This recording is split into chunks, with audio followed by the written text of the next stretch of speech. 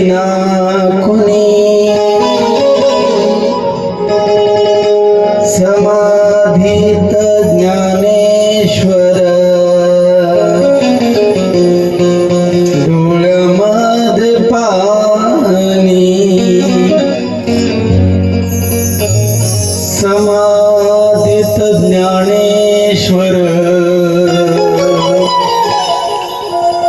डोळ्यामध्ये पाणी निवृत्ती सोपान लहानी मुक्ताबाई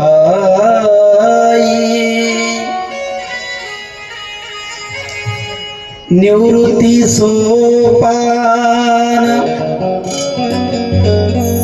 लहानी मुक्ताबाई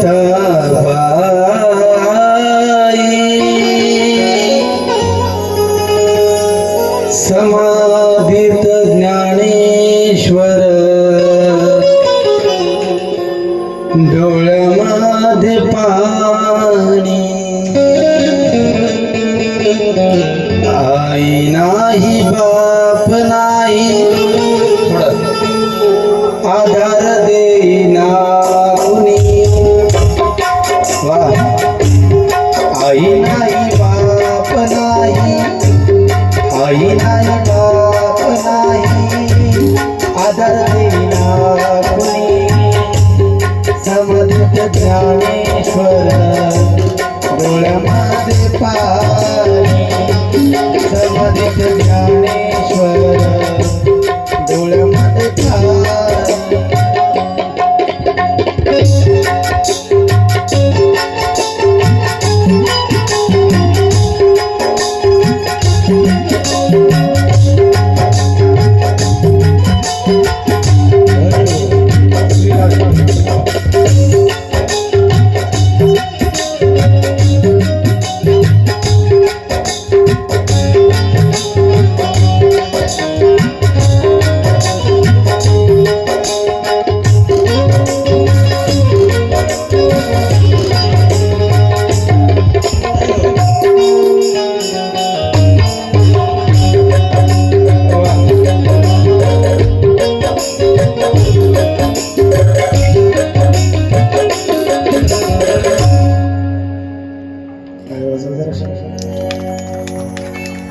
किती गोड प्रसंग आहे माऊलीचा. माऊली नाव ठेवले फार गोड माय बाप. मा म्हणजे माई सारखं आई सारखं प्रेम करणार त्याला माऊली म्हणतात.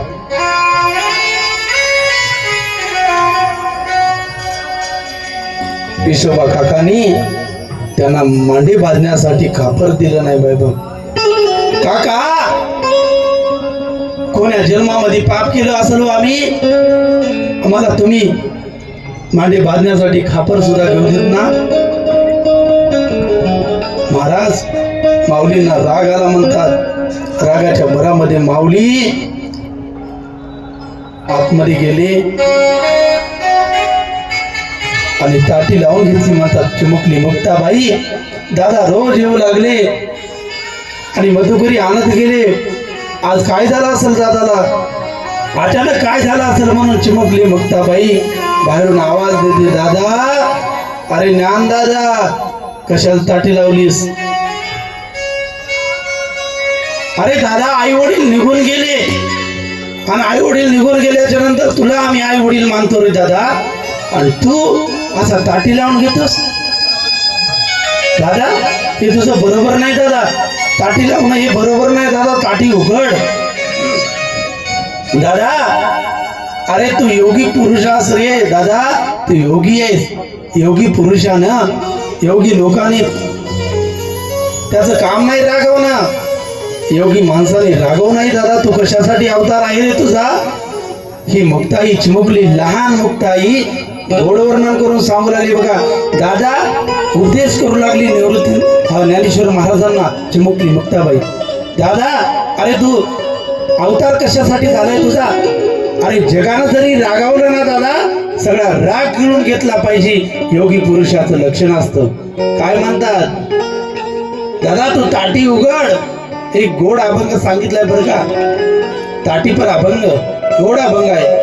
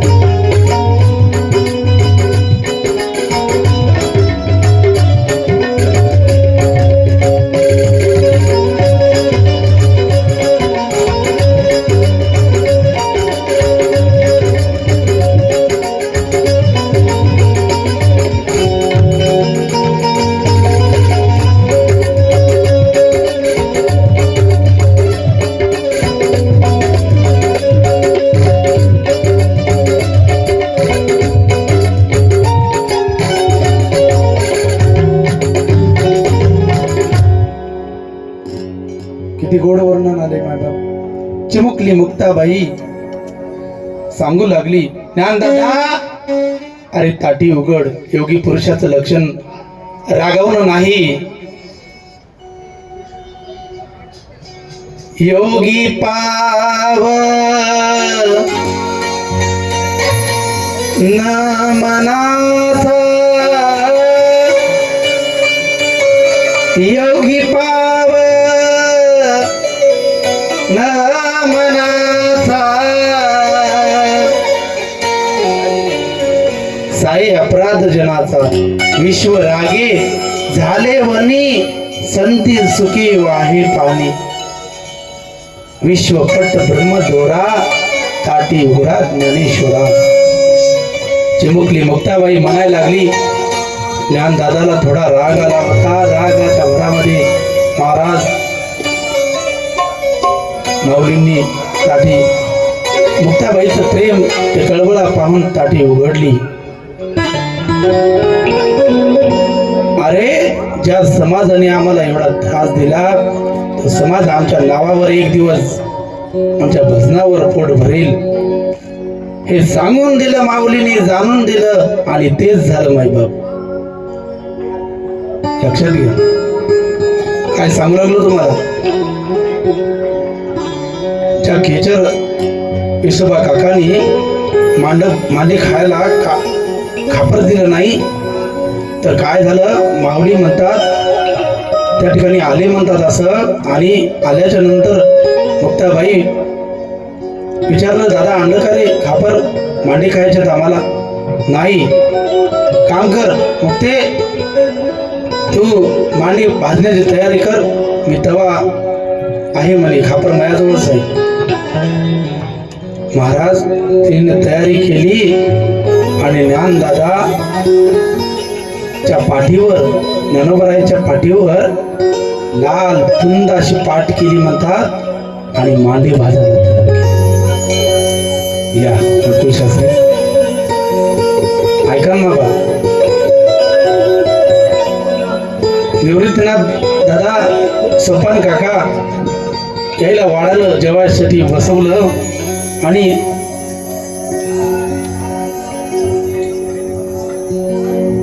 मांडी तयार झाली बाबा. माऊलींनी त्या मांडी तेव्हापासून ते तयार केले, ते मांडी आज आम्हाला माहित आहे. माऊलीने जर मांडी भाजली नसते तर आम्हाला कळालीच नसते मांडी कशी असतात. विश्वभा काका खिडकीतून आतून पाहू लागले. बाबा पाटील, अहो समाज आहे का नाही?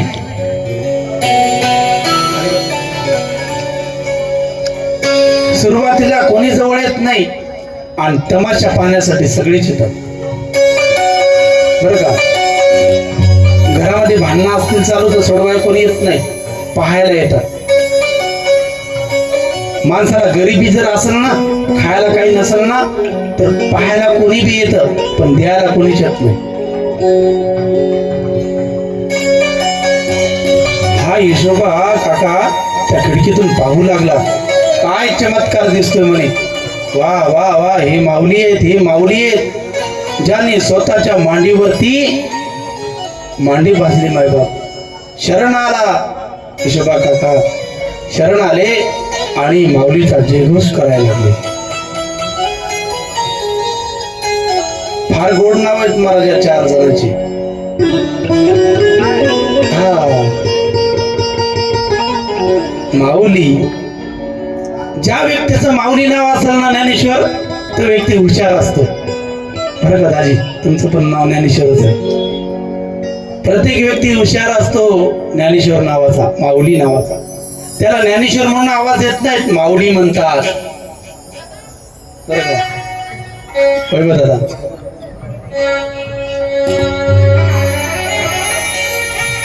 तो प्रसंग एक दिवस माऊलींना इच्छा झाली, आता खूप झालं दादा, खूप झालं. ऐका ना, निवृत्तीनाथ दादा कोण आहेत? त्यांचे बंधू आहेत बाबा, बंधू आहेत. निवृत्तीनाथ महाराज ज्ञानेश्वर माऊलीचे भाऊ. ऐका बाबा, निवृत्तीनाथ महाराजाला स्वतः भावाला गुरु करून घेतलं. पुन्हा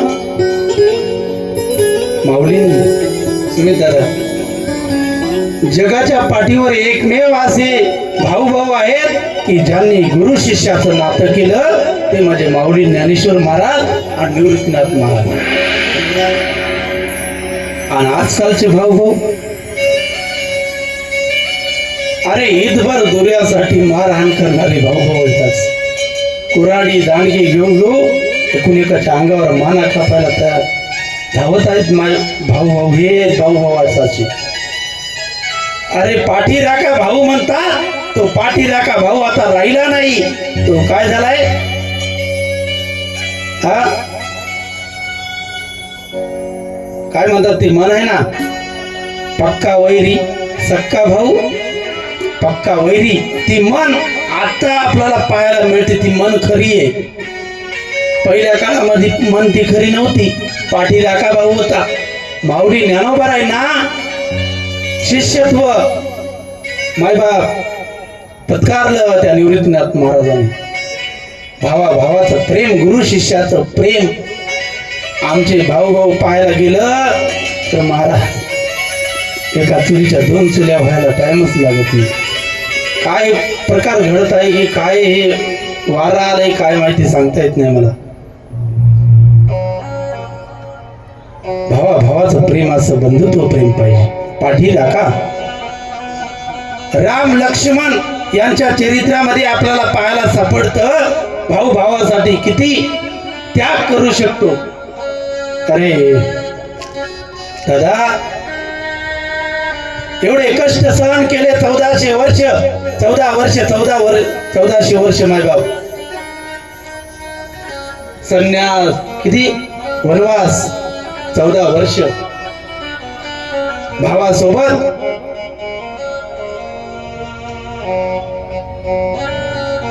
सीता मातेचं तोंड सुद्धा पाहिलं नाही कधी लक्ष्मणजींनी. सुमित दादा फक्त काय पाहिलं होतं? चरण पाहिले होते फक्त चरण. हा प्रसंग फार गोड सांगता येतो बाबा.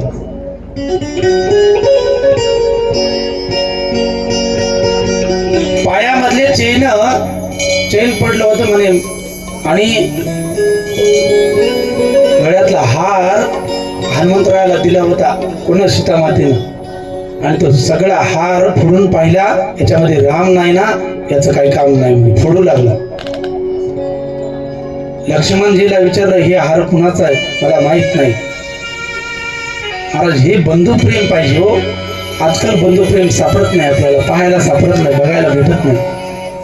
निवृत्तीनाथ दादा, सोपन काका, मुक्ताबाई आणि ज्ञानदेव या दोघांचं गुरु शिष्याचं नातं हे होईल. पाया पडले ज्ञानेश्वर महाराज आणि निवृत्तीनाथ दादाची आज्ञा घेतात. दादा मला समाधी घ्यायची अशी इच्छा झाली म्हणतात. बरं का वैभव दादा? काय रे समाधी घ्यायची? ऐकल्या बरोबर चिमुकली मुक्ताबाईला काय वाटलं असं? आई गेल्यानंतर आधार फक्त राहिला ते म्हणजे बंधू. भावाचा आधार राहिला तोही भाऊ, आता पाठीराखा भाऊ होता तोही समाधीला जाणार. दादा अरे तू आता समाधीला जाणार म्हटल्यावर आमचं कसं होईल रे? आम्हाला आधार कुणाचा राहील? मग ते घाबरू नको. निवृत्तीनाथ दादा आहे ना, मग ते घाबरू नको. सोपान आहे ना. नाही दादा तू जाऊ नको आम्हाला सोडून. तो प्रसंग, तो दिवस, तो आता हे समाधी सोहळा म्हणजे हेच प्रसंग, तोच दिवस आहे. ऐका, जगाचा मालक पांडुरंग परमात्मा या अलंकापूर नगरीला येतो.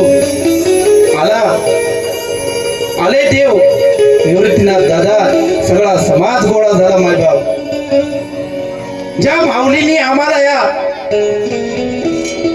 सगळ्या गोष्टीची जाणीव करून दिली ते माऊली आमची आज समाधी घेणार. किती दुःख झालं असलो, घाबरू नका, घाबरू नका. मी समाधी घेतो म्हणजे काय दूर जात नाही, इथंच आहे. आणि खरंच मायबाप आजही माझी माऊली इथंच आहे. आमच्याकडे बघून, आमच्या प्रगतीकडे बघून मायबाप माऊली अरे रेड्याला बोलू शकतात, भिंतीला चालू शकतात, आमच्यासारख्या विद्यार्थ्याला का घडू शकत नाही? सांगा ना वैभव दादा. नकुलजी माऊलीच्या समाधीवर डोकं जरी टेकलं ना बाबा तर माऊली पाठीवरून हात घेऊन येतात. घाबरू नको, मी आहे. आज वारकरी संस्था एवढ्या आहेत की या आळंदीमध्ये नकुलजी एका विद्यार्थ्याला खरंच सुद्धा पोहोचत नाही. काय कारण असं? अरे माऊलीचं लक्ष सगळ्या विद्यार्थ्यांवर आहे. एवढी ट्रॅफिक जाम असती, एवढी सुळसुळाट वाहनं पळतात, तरी एका विद्यार्थ्याला सुद्धा खरोच नाही लागत माऊली. आमची सुद्धा वारकरी शिक्षण संस्था आहे, 2 वर्ष झालं टाकली आम्ही. आणि ते विद्यार्थी म्हणतात, काय म्हणतात ज्ञानेश्वर महाराज, काय म्हणतात तुकाराम महाराज. हे आहे माऊलीचं प्रेम, माऊलीचा आशीर्वाद, माऊलीची कृपा. बाबा माऊली समाधी प्रसंग डोळ्यासमोर आणा दादा. समाधीला जात असताना माऊलीच्या हाताला, एका हाताला निवृत्तीनाथ दादा धरतात आणि एका हाताला पांडुरंग परमात्मा धरतात. अरे ही इंद्रायणी माता सुद्धा राय मगळून रडायला लागली. निवृत्तीनाथ दादा सुद्धा ढाय मोकलून रडायला लागले. ज्ञानेश्वर माऊली समाधीस्थ होणार. अरे इथले पशु पक्षी सगळे त्या ठिकाणी ढाय मोकलून रडायला लागले. माऊली हे गजबजलेले टाळ वारकऱ्यांचे स्तब्ध झाले.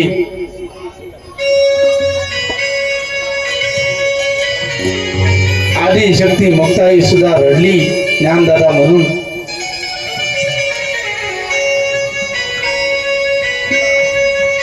पांडुरंग परमात्मा जवळ येतात आणि निवृत्तीनाथ दादा जवळ येतात आणि दोघ जण एका दोन्ही हाताला धरतात माझ्या आणि गोड प्रसंग सांगितला एका संत महात्म्याने. काय म्हणतात? देव निवृत्तीयाने धरी जोडी देव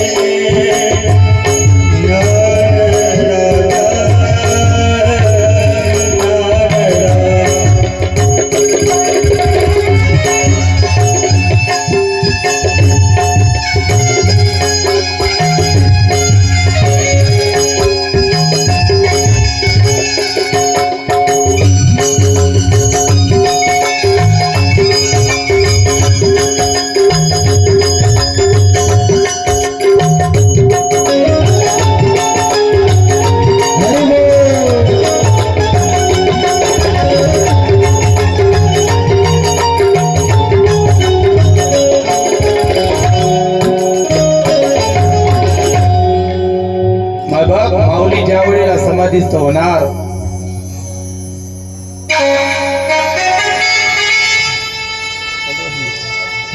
माऊली ज्या वेळेला तुम्ही समाधीस्थ व्हाल स्थिर होईल इंद्रायणीचं इथलं पाणी मुकी होईल त्या वारकऱ्याची वाणी स्तब्ध होतील ते गजबजलेले वारकऱ्याचे टाळ.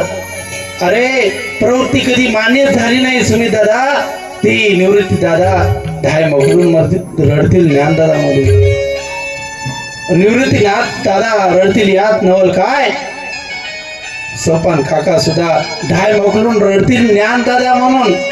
सोपान दादा रडतील यात नवल काय. आदी शक्ती मुक्त आईश बाई सुद्धा रडेल ज्ञानदादा म्हणून.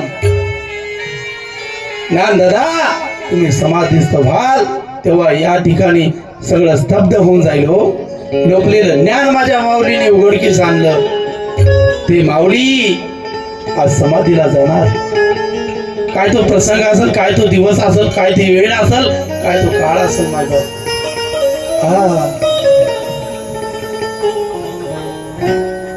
माऊलीचं चरित्र जर आमच्या जीवनात पाहायला गेलं तर आम्हाला ढाळमुखून डोळ्यातून आसरू येतात नाही. हीच आळंदी, हेच सिद्धपेठ ज्या ठिकाणी माऊली राहत होते, हीच इंद्रायणी, हेच ठिकाण माऊलींचं. त्यावेळेला शिळा उघडली आणि माझ्या माऊलीला आतमध्ये नेऊन ठेवलं मायबाप. आणि निवृत्तीनाथ दादाने आणि जगाच्या मालकाने पांडुरंग परमात्म्याने माझ्या माऊलीला समाधीवर त्या ठिकाणी बसवलं.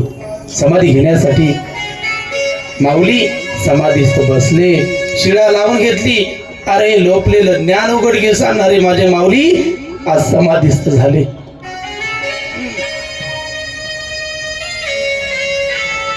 या समाजाला ना खरंच मायबाप,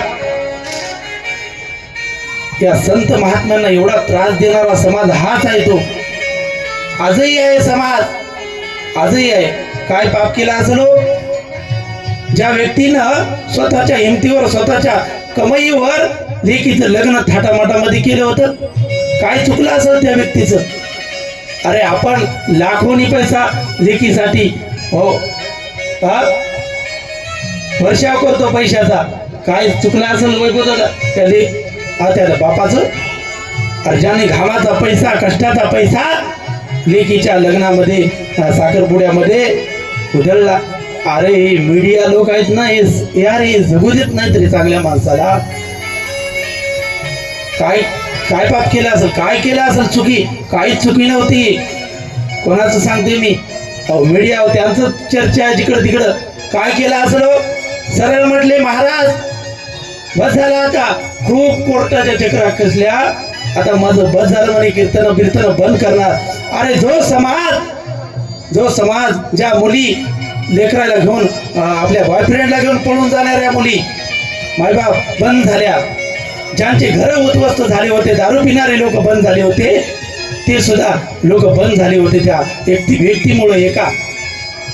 अरे ज्यांच्या भावाभावामध्ये वैरत्व झालं होतं, ते भाऊ एकत्र झाले होते त्या व्यक्तीमुळं. अरे ज्याच्या चुली दोन झाल्या होत्या, त्या चुली एक करण्याचं ताकद त्या व्यक्तीनं केलं होतं. ते म्हणजे समाज प्रबोधनकार, कीर्तनकार आमचे गुरुवरी इंदुरीकर महाराज देशमुख. काय चुकलं असं? अरे हा समाज चुकीचा समजत गेला त्यांना. आणि नकुलजी काय बघा ना, मीडियावर बघा, जिकडं तिकडं त्यांची चर्चा आहे. काही गरज नाही मायबाप या समाजाला त्यांना नाव ठेवण्याची, काही गरज नाही, काही गरज नाही. अरे तुम्ही आपलं बघा, त्यांच्या संसारामध्ये, त्यांच्या गोष्टीमध्ये लक्ष देऊ नका. महाराज डायरेक्ट बोलले हो, काय गरज आहे माझ्या लेकराच्या लग्नामध्ये, माझ्या लेकराच्या साखरपुड्यामध्ये तुम्हाला दखल देण्याची? मला बोला म्हटले, काय बोलायचे तर काही गरज नाही. हा समाज लय बेकार आहे मायबाप. माझ्या माऊलींना त्रास दिला तर तुम्ही आम्ही तर इथं महाराज माणसाव.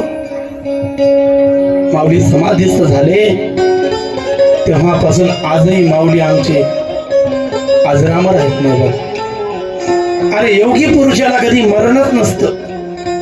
सांगू तुम्हाला, जगाच्या पाठीवर वैभव दादा दोन गोष्टीचा कधीच अंत लावू शकत ना तुम्ही. कोण्या दोन गोष्टीचा सांगतो. एक म्हणजे कैलास पर्वत. अहो तुम्ही अथोनाथ चंद्रावर जाऊन आला असताल, पण कैलास पर्वतावर जाऊन या, खरंच तुम्हाला मानतो, आम्ही मानायला तयार आहोत. कैलास पर्वत कधी चढला का सुमित दादा? कोण्या व्यक्तीनं कैलास पर्वतावर कधीच? अहो तुम्ही चंद्रावर गेले असताल, कोणी तर सूर्यावर बी गेलं असेल, नाही जाऊ शकत सूर्यावर बी, तिथं लय गरम असतं. कोण्या गडावर, कोण्या किल्ल्यावर, कोण्या कुठेही तुम्ही या भारत देशामध्ये, या पृथ्वीमध्ये कुठेही फिरून येऊ शकता, पण एकमेव ठिकाण आहे ते कैलास पर्वत. त्या पर्वतावर कोणा टूर काढली असेल का? हा, तिथं कैलास पर्वत चढत असताना म्हणतात नख वाढायला लागतात, नख वाढायला लागतात, आपोआप केस वाढायला लागतात. माणसाचं चित्र विचित्र असं शरीर होते म्हणून. कैलास पर्वत कशाला मरायला जाईल का म्हणून तिथं चढाय? आणि जगाच्या पाठीवर एकमेव ठिकाण आहे माझ्या माऊलींचं. या माऊलीच्या समाधीचा अंत कोणीच लावू शकत नाही.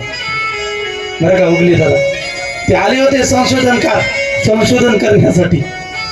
दाखवला चमत्कार, मग बसले गपचिप. अरे काय अधिकार आहे तुम्हाला साधू संतांना नाव ठेवण्याचा? अरे ज्या माऊलीच्या समाधी, माऊलीच्या ज्ञानेश्वरीवर अरे एवढे चमत्कार झाले, एवढे सुविधा झाल्या, एवढे या ठिकाणी हो एवढे PhD करू करू तुम्ही या ठिकाणी पद कमवलेलं आहे. बघा माऊलीच्या हे सगळे जे आहे की नाही काय म्हणतात त्याला, हे निर्माण झालेले प्रयोग ते सगळे माझ्या माऊलींच्या ओळीमध्ये, त्या ज्ञानेश्वरीमध्ये. बरं का, विज्ञानामध्ये बघा ना, विज्ञानाने तयार केलं माऊलीची ओळीचा सहारा घेऊन. का लल्लाटीचे लिहिले काही मोडे काही केले काळे गोरे पण धुतले फिटवले दे. याच्यावर सुद्धा संशोधन काढले. बऱ्याच ओळी आहेत माऊलींच्या. बघा ना बाबा,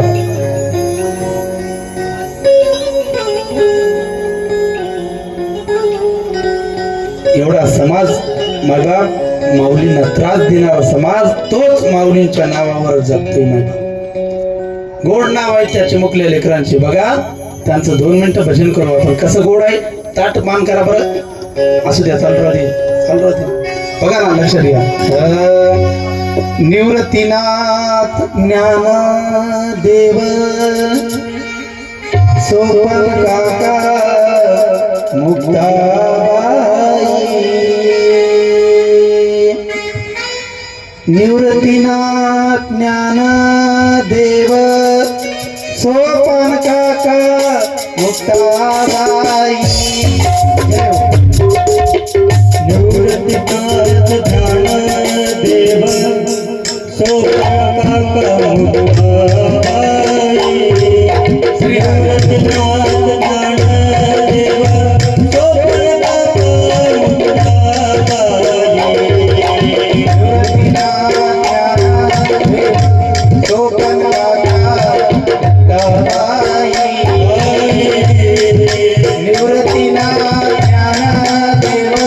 सोपन काका मुक्ताबाई.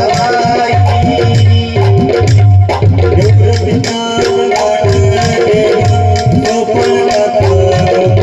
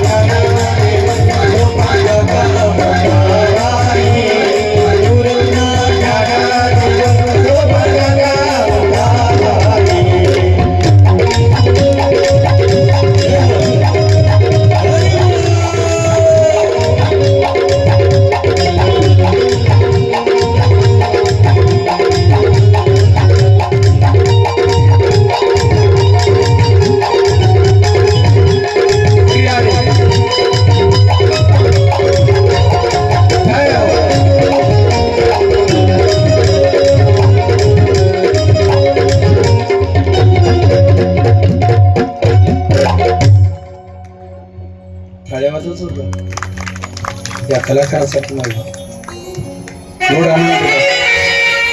काय नाव महाराज? ही सगळी कृपा ईर्ष्याप्पा महाराज माऊली ज्ञानोबराय आमच्या गुरुवर्याची आहे. माझा श्री गुरु नरेशजी बाबा ठाकरे ही सर्व कृपा त्यांची आहे. हे तर कृपा आहे नरेशजी बाबा ठाकरे महाराज. विद्यार्थी घडलाच पाहिजे, तयारच झाला पाहिजे, डायरेक्ट कथेवरतीच उभा राहिला पाहिजे. कथा सांगा एवढं बाबा असं गोड शिकवतात आम्हाला बरं का. नकुलजी आम्ही एकाच गुरुकडे शिकलेलो. हे सगळी शिष्यमंडळी त्यांचीच आहे, गुरुबंधू आहेत माझी. काय तो प्रसंग असेल, काय तो वेळ असेल, काय ती महाराज दिवस असेल, तो माऊलीचं जीवन चरित्र. आज एकादशीचा प्रवकाळ, एकादशी आणि कधी न राहासी उपवासी आणि एकादशी. महाराज सांगतो तुम्हाला, लक्षात घ्या. एकादशीच्या दिवशी माणसाला जास्त करून भूक लागते बरं का. मी आज ठरवलंयच, जराच एक वैभवदादा होता माझ्यासोबत, थोडंच खाल्लं, लाज होईल तसं होईल, थोडंच खायचं गरज. मला कथा चालू असताना, कथा कार्यक्रम असताना मला भूकच लागत नाही. काय पडेल विषय असता. माझे मित्र म्हणले यार तू वाळला दिसायला जरा मेंढा, 2 दिवसात कसं थोडासा आहार थोडा कमी पाहिजे कथा कीर्तन करत असताना. आणि विशेष करून एकादशीच्या दिवशी तर फार कमी असतं पाहिजे. महाराज मालक गेला ड्युटीला, जात असताना संध्याकाळी सांगितलं, हे बघ शाब्दाना भिजू घाल, उद्या एकादशी आहे, रात्री घ्या नाव कोरक्षी जास्त. महाराज एक चपाती आगाऊची खाली, उद्या एकादशी आहे म्हणून 2 किलो शाब्दाना भिजू घातला एकादशी आहे म्हणून. सकाळी तामटात लवकर उठ बरं का, कारण उद्या एकादशी आहे. उठली घेऊ लवकरच पहाटे 2 किलो शाब्दाना भिजवलेला तयार केला. एकादश आहे, घ्या पोटभर घ्या, एकादश आहे. 2 डझन केळ आणले दोघांनी. महाराज 2 किलो शाब्दाना दाबला दोघांनीच, एकादश आहे. 2 किलो शाब्दाना तर खाला, 2 डझन केळ सुद्धा खाली. एकादश. एकादश उपवास याला म्हणतात. उप म्हणजे जवळ, उप म्हणजे वास, आणि उपवास, वास म्हणजे राहणे, उप म्हणजे जवळ. देवाच्या जवळ समीप राहणे याला उपवास म्हणतात. देवाचं मूर्ती, देवाची समाधी, माऊलीची समाधी डोळ्यासमोर आणून केली जाते, त्याला उपवास एकादश म्हणतात.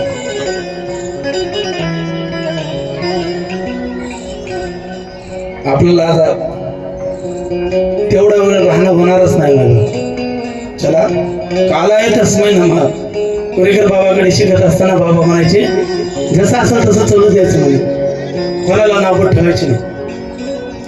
बघा जास्त VIP सोयीची व्यवस्था केली तर ठीक आहे, नसेल केली तर जास्त आपण माणसाला म्हणायचंच नाही म्हणून. बाबाचं वाक्य आहे, आणि बाबाचं जे वाक्य आम्हाला सांगितले तसंच आम्ही बी वागतो. काला येतच नाही ना, मग जसा काळ असेल तसं वागायचं. गोपाल कृष्ण भगवान की जय.